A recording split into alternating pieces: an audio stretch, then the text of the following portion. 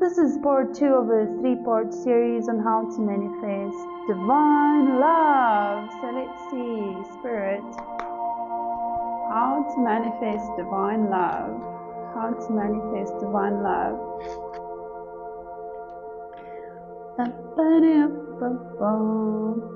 Okay, so this is part 2. You can catch part 1.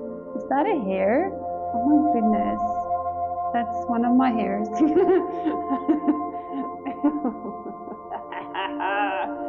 Maybe it's good for you to remind yourself to not take everything so seriously, right? Okay, so how to manifest divine love. Oftentimes we're kind of like thrown into positions where we need to take care of the earthly, the physical, the monetary. And then we kind of tie our energy into this world, and for a lot of people this seems to be an issue when it comes to love, because a lot of the relationship and the values and relationship values that we place on each other through the perils of society allows us to or conditions us to perceive life through this very narrow lens. And usually this very narrow lens tells us that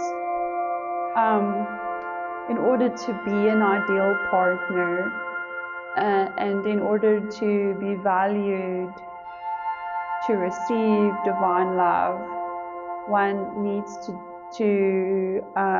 do certain things and be in a certain way.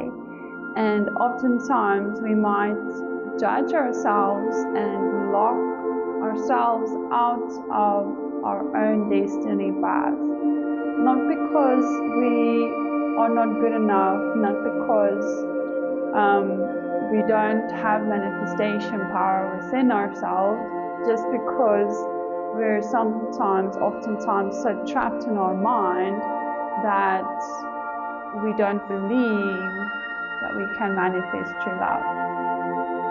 In other cases, it's important, just like we said in part 1 of the series, to first focus on manifesting and embodying divine love within yourself before you can attract it outside of yourself.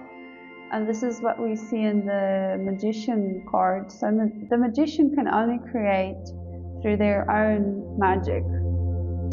A true magician does. So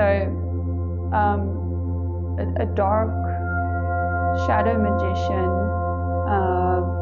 seeks to take energy from others, and often does so in a harmful way. And oftentimes in relationship ties and in sexual ties, you see people get disconnected from their own soul divinity and get swept up in a maze, a mind maze that they constructed within themselves. So in order to overcome this, how can we manifest true divine love? So it's also very important to remember, like we said in part 1, that true divine love does not look like the 3D white picket fence type of love, okay? Because true divine love is here on a mission. So you're going to be dealing with different types of challenges and emotions and different types of situations. So when you are in divine love and in divine partnership with another being on earth, it's always tied to destiny. So you're going to experience answering the call that which is larger than yourself or larger than life or destiny paths when you are ready to manifest divine love. Divine love is all about working together in coherent relationships. Honesty plays a big part in divine love, and allowing each other to grow and to weave from a higher vibrational perspective.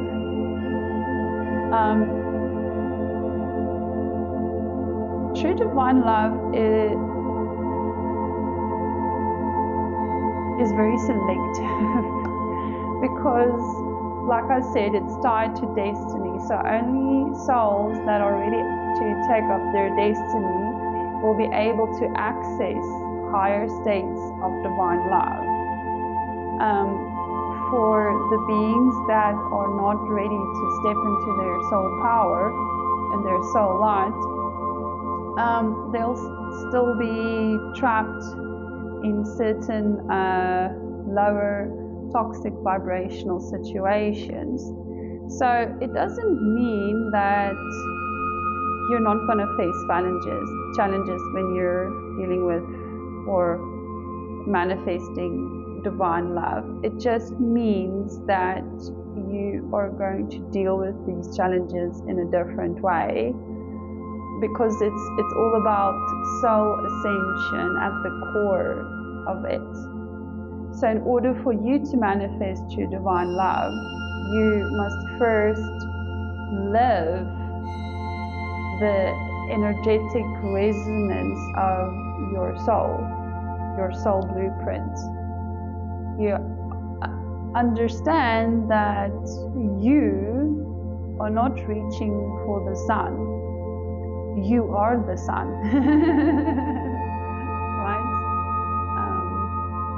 And that allows you to magnetize more love energy to you because you're vibrating at that level. So what is blocking you? What is blocking you from manifesting this? It's very important to ask yourself, how does true love feel? How would it feel to have true love in my life?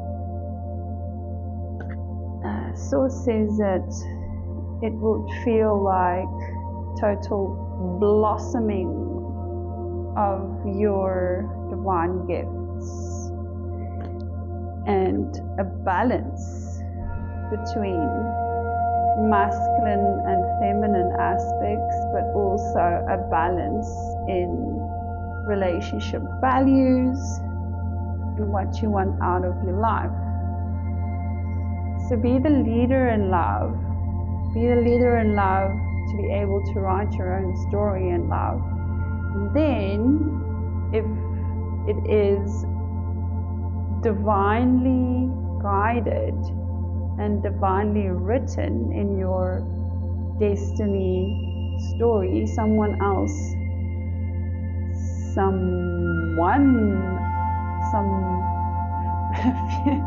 want to say a few other options will become available to you. It's very important to create from your heart space. It's very important to first feel the frequency and then give your own dreams wings.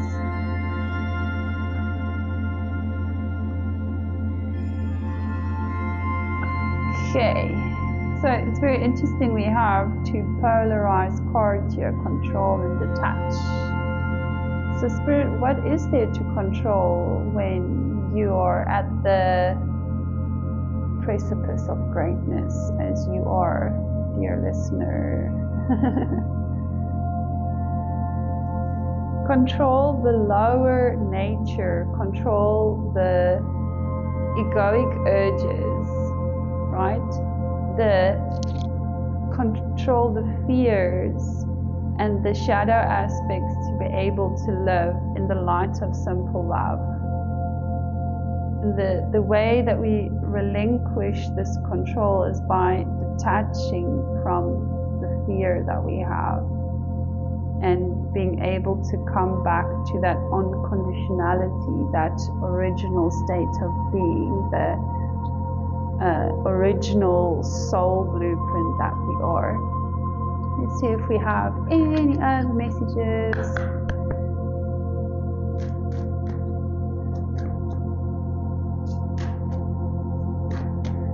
Ooh, okay, that's quite a lot. Let's let's try again. Whoopsie, okay.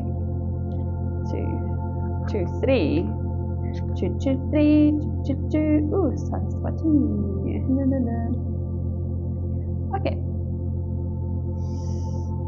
So this is fairness. The situation will be handled in a fair and just manner. So maybe if there's something on your mind that's troubling you, it's taken care of, right?